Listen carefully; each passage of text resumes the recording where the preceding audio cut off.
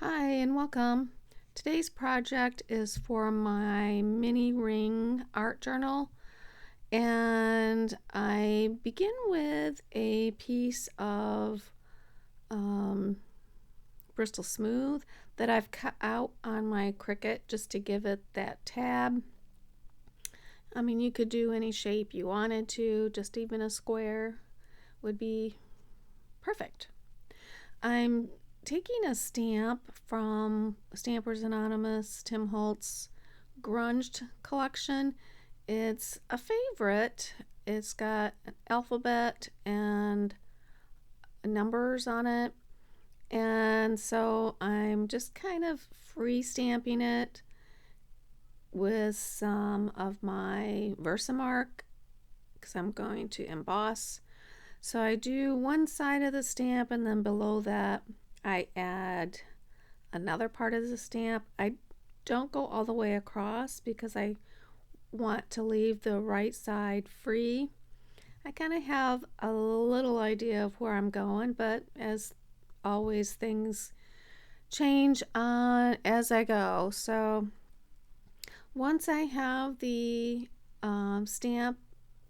stamped with my embossing gel, I am adding some embossing powder.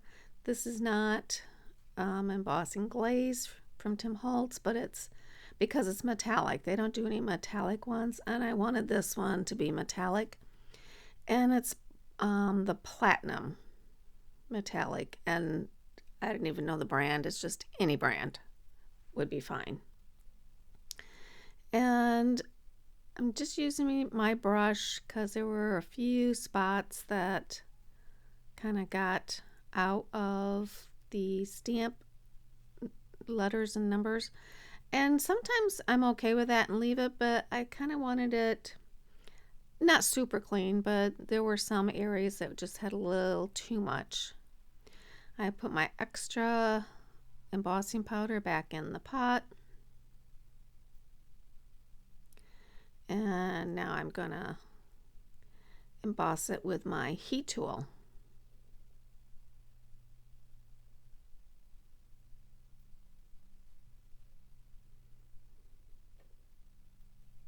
Doesn't take long.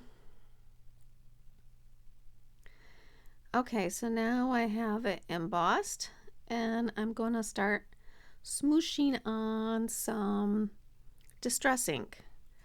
I've chosen Salvage Patina, one of my favorites, and I also have Shabby Shutters, which is a newer color to me, and I'm really liking it.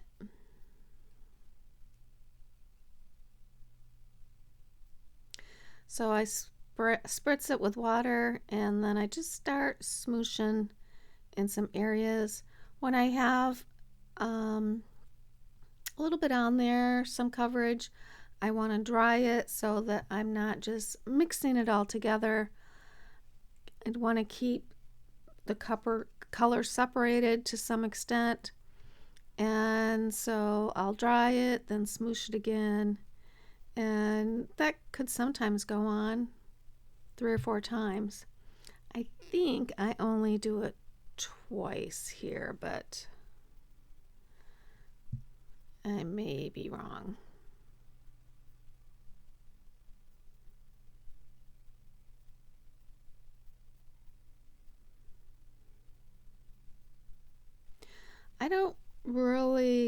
I'm not going for a complete coverage. I would like to leave a little bit of white, but there's some areas I want to make sure are covered. So I give it a final dry, at least for the distress ink. And now I'm going to add some of Ideology Tim Holtz tissue paper. This is from the Botanical collection, and I just am going to isolate this leaf. It looks like a fern leaf, and I'm tracing around with my water pen because I want a ripped edge. I don't want a clean cut because clean cuts kind of stand out, where if you rip it, tear it, sometimes you don't even notice.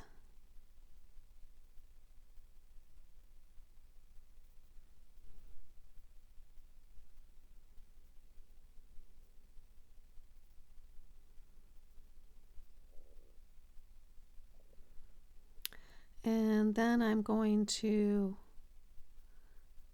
also do the bottom, making it sure it's a rough edge. And I'm just gonna angle it to where it's filling this right side.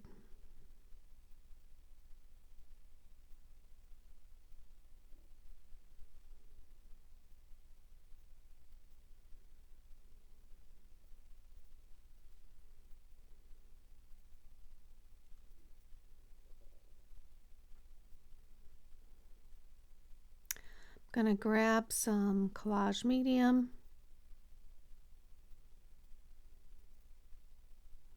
and the Collage medium goes down first to give it something to adhere to.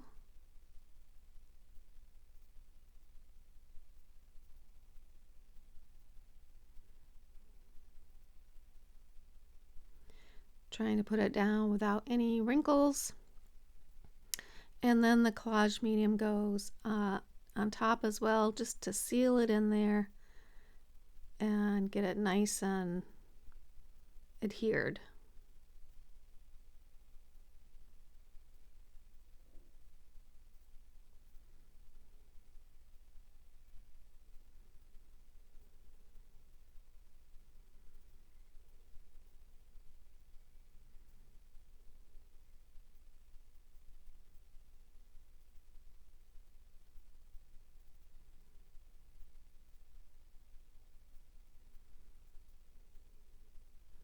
Just smoothing it out with my catalyst spreader there.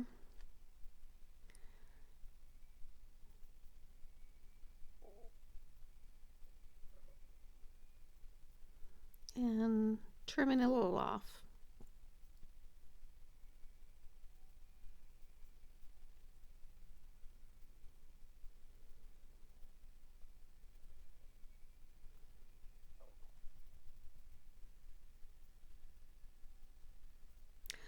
And here I'm going to stamp this butterfly stamp with some black StazOn ink, just in that open spot that is where the numbers didn't quite stamp, and just stick half of a butterfly there.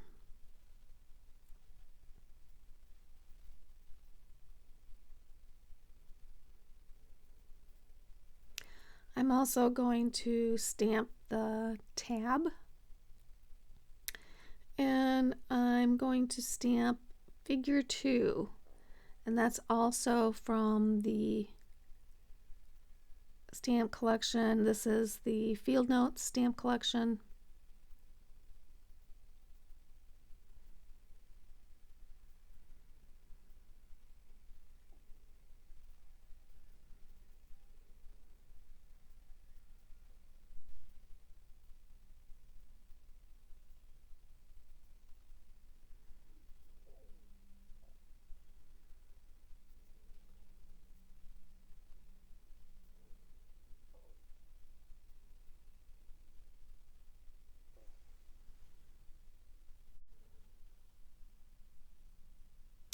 And I have this butterfly. It is part of a digital download from Etsy. So when I get them, they're a whole bunch on a page, and so I print one page and or more if I have more pages. But so I have that butterfly printed out, and sometimes I glue them to a little thicker cardstock, not a thick cardstock, but add a lightweight cardstock on the back. I think this one I did because it looks a little sturdier. I'm also taking some Salvage Patina Distress ink and just giving it some splatters.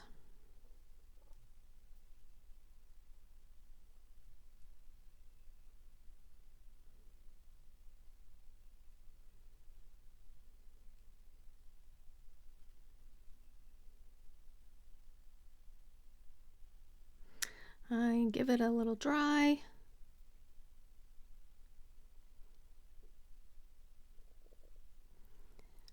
And then I'm going to add some Vintage Photo Distress Ink to the butterfly, just around the edges, and then also around the edges of the card.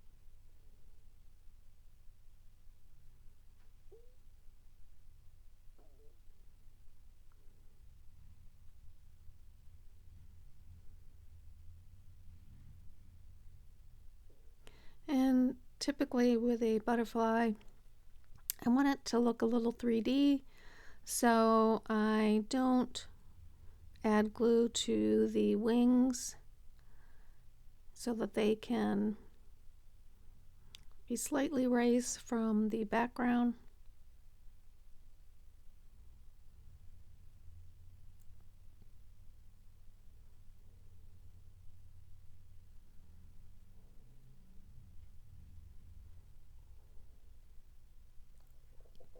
And like I said at the beginning, this is for my mini ring art journal. So it means I need to add a little hole in there, a punch.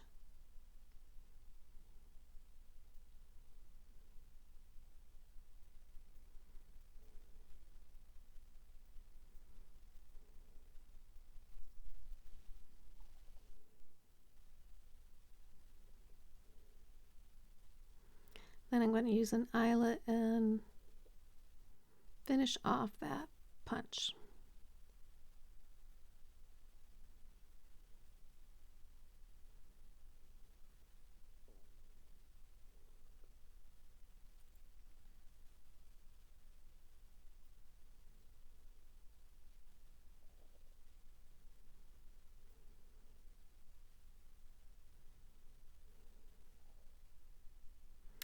And that is the last thing I do. I do have some final pictures coming up. If you have not subscribed, I invite you to, so you can follow along with my art journey. If you like what you saw, please give me a thumbs up. I'd appreciate it. And either way, y'all have an awesome day.